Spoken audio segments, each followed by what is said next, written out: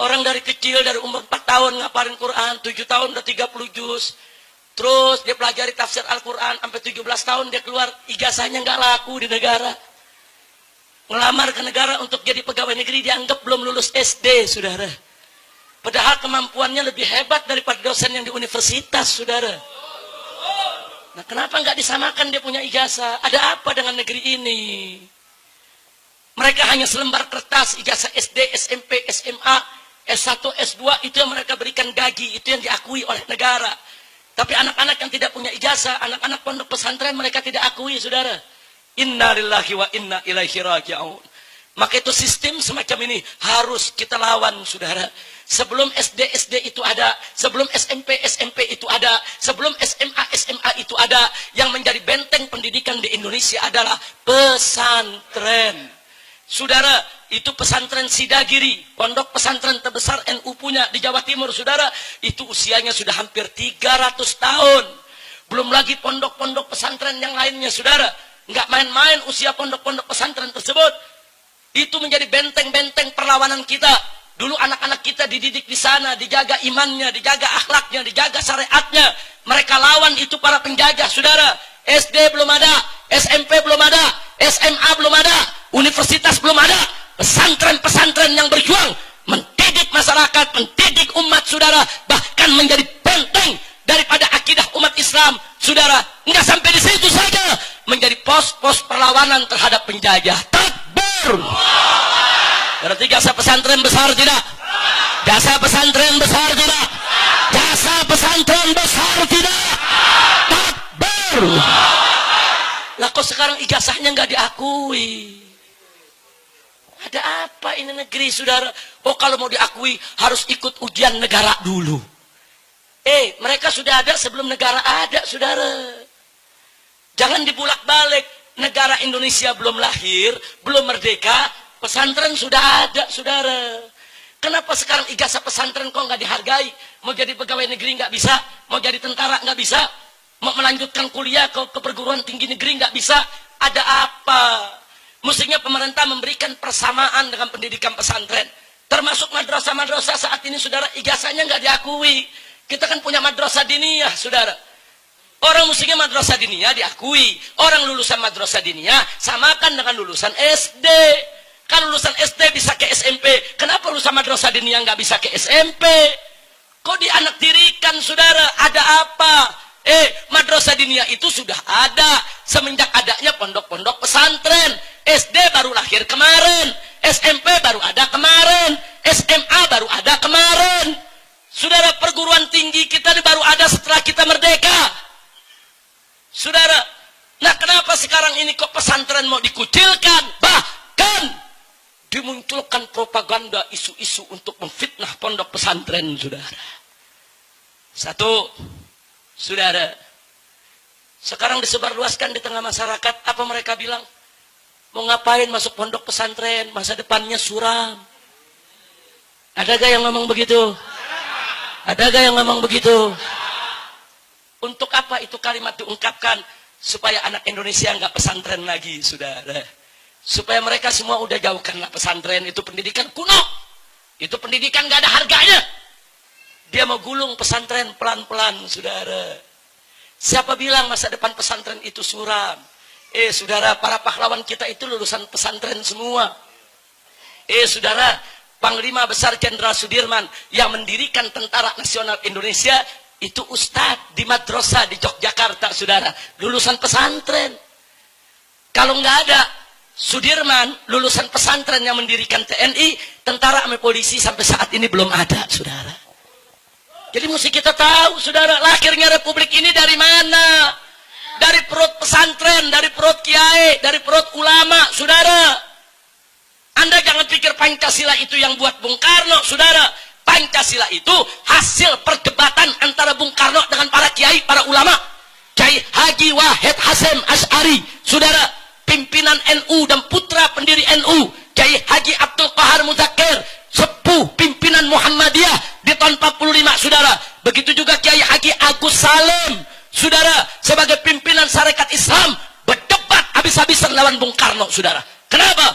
Karena Karena Bung Karno menginginkan Pancasila, sila ketuhanannya nomor 5, bukan nomor 1, saudara. Jadi dalam Pancasila yang dibuat oleh Bung Karno, sila ketuhanan, sila buntut, sila pantat, sila terakhir, saudara. Dilawan oleh para kiai, nggak bisa. Ketuhanan mesti nomor 1. Ketuhanan mesti yang ada di atas. Ketuhanan harus mengatasi yang lainnya. Baru ketuhanan dinaikkan nomor 1. Berarti yang buat Pancasila, saya mau tanya, Bung Karno atau ulama? Wah, kalau ikut Pancasila Bung Karno, sila ketuhanan dipantat, saudara. Loh, ini fakta, ini sejarah. Silakan, saudara, dengarkan pidato Bung Karno tanggal 1 Juni 1945 yang mengusulkan Pancasila sebagai dasar negara. Bung Karno membacakan Pancasila, sila ketuhanan nomor 5, saudara. Ya, usul Bung Karno diterima oleh ulama. Baik, Pancasila sebagai sila negara. Tapi, saudara, diubah redaksinya oleh ulama. Saudara, ketuhanan ditaruh di nomor 1, baru menyusul yang lainnya, saudara. Kira-kira jelas tidak? Jelas tidak? Jadi jasa ulama besar tidak? Jasa pesantren besar tidak? Tapi kenapa kok sekarang dibilang masa depan suram? Hati-hati, itu yang ngomong masa depan suram. Nah, itu ingin mojokkan pondok pesantren dan supaya masyarakat Indonesia nggak tertarik lagi masuk pesantren, saudara. Yang kedua, ada lagi yang ngomong begini, mau ngapain masuk pondok pesantren? Nanti gila kamu. Pelajarannya berat, banyak yang gila gara-gara masuk pondok pesantren. Ditanya kenapa gila? Ada pelajaran nahwu sorof, banyak gila tuh belajar nahwu sorof. Inna lillahi wa inna ilaihi raji'un. Saya dari kecil sampai hari ini belajar nahwu sorof, nggak gila-gila. Kiai Kohar puluhan tahun belajar nahwu sorof, nggak gila-gila, saudara. Ini Ustadz Suradi belajar nahwu sorof, Kiai Ja'far belajar nahwu sorof, nggak gila-gila, saudara. Siapa bilang belajar nahwu sorof gila, saudara? Kalau ada orang masuk pesantren gila, ya emang udah dari sononya ada gejala gila. Jangan nyalahin pesantren, saudara. Siapa bilang belajar nahwu gila, belajar sorof gila? Fitnah, bohong, dusta. Pelajaran nahwu sorof itu adalah pelajaran tata bahasa Arab. Sebagaimana orang belajar bahasa Inggris, tentu ada grammarnya. Sebagaimana orang belajar bahasa Jerman, tentu ada grammarnya. Orang belajar bahasa Arab juga ada grammarnya. Siapa bilang gila, saudara? Bohong. Masya Allah. Ada lagi yang ketiga. Kesian orang di pesantren. Ditanya kenapa kesian? Itu kan anak pesantren, anak buangan. Tuh, ngomongnya begitu, saudara. Jadi ada anak bandel, orang tuanya sekolahin di sono sini, nggak bisa, buang pondok pesantren. Jadi pesantren dianggap apa, saudara? Tempat buangan. Saudara, akhirnya apa? Banyak anak-anak kita nggak mau masuk pesantren. Kalau dia masuk pesantren, dia merasa dia dibuang oleh orang tuanya. Dia masuk pesantren, dia merasa, saudara, orang tuanya nggak sayang sama dia. Berapa banyak anak-anak zaman sekarang, dia menolak masuk pesantren, saudara. Ibu bapaknya sudah ngotot masukin dia pesantren, dia nggak mau. Dia merasa dia dibuang karena dia terpengaruh dengan suara-suara di luar sana, saudara. Siapa bilang ke pesantren dibuang, saudara? Orang-orang tua yang tahu diri, saudara. Dia paham dirinya tidak bisa mendidik anaknya. Dia tahu tantangan zaman ini begitu berat. Dia khawatir kalau anaknya akan rusak, anaknya akan tersesat jalan. Kemudian dia titipkan ke pesantren untuk dididik. Itu namanya orang tua bertanggung jawab. Itu namanya orang tua tahu diri. Itu namanya orang tua sayang kepada anak. Bukan anak dibuang, tapi anak ingin diselamatkan. Betul? Takbir. Berarti orang tua yang masukkan anak ke pondok pesantren bagus tidak? Bagus tidak? Ada lagi sekarang lebih kejam lagi. Awas, jangan masuk pesantren. Kenapa? Sarang teroris. Disebut sarang teroris, saudara. Sampai-sampai ada kepala kepolisian di Cimahi beberapa tahun yang lalu mendatangi pondok-pondok pesantren minta sidik jari, saudara. Nah, kenapa minta sidik jari, saudara? Karena kalau besok di Cimahi ada peledakan, yang pertama kali dicari, ya sidik jari santri dulu. Inna lillahi wa inna ilaihi raji'un. Anda tahu gara-gara fitnah tersebut, saudara, berapa banyak orang tua narik anaknya dari pondok pesantren, saudara. Nah, kau keluar saja. Lebih baik kau sekolah SMP, kau sekolah SMA, kau aman. Ini pesantren sedang disorot, pesantren ini sedang dituduh sebagai sarang teroris. Nanti kau terlibat, nanti kau akhirnya kena hukuman. Lebih baik kau keluar supaya kau tidak kena getahnya. Berapa banyak Berapa ribu anak-anak kaum muslimin ditarik dari pondok-pondok pesantren akibat fitnah ketidahat tersebut, saudara. Oh, ada lagi sekarang, saudara. Ada usulan SD, SMP, SMA belajarnya sampai sore saja.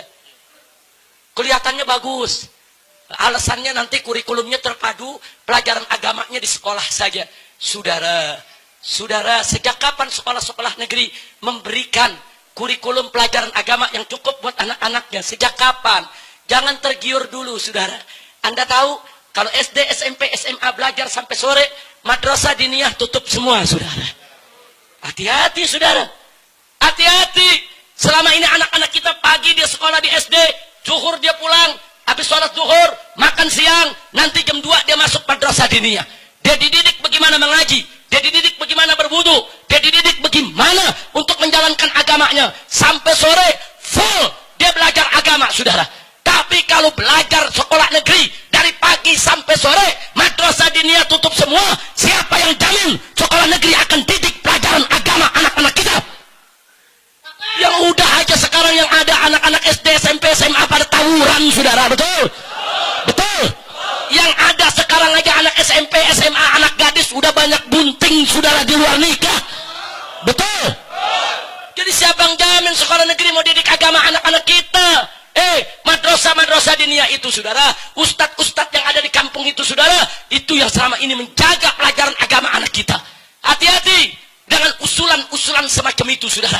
Kelihatannya bagus, kelihatannya hebat, kelihatannya menjanjikan. Tapi hati-hati kalau nanti anak-anak kita dijauhkan dari agama, saudara. Wallahu subhanahu wa ta'ala qala, wa minan nasi man yu'jibuka qawluhu fil hayatid dunya wa yushidullaha ala ma fi qalbihi wa huwa aladul khisam. Sadaqallahul azim. Apa Allah nyatakan dalam Al-Quran? Wa minan nas, di antara umat manusia ini, saudara, ada man yu'jibuka qawluhu fil hayatid dunya.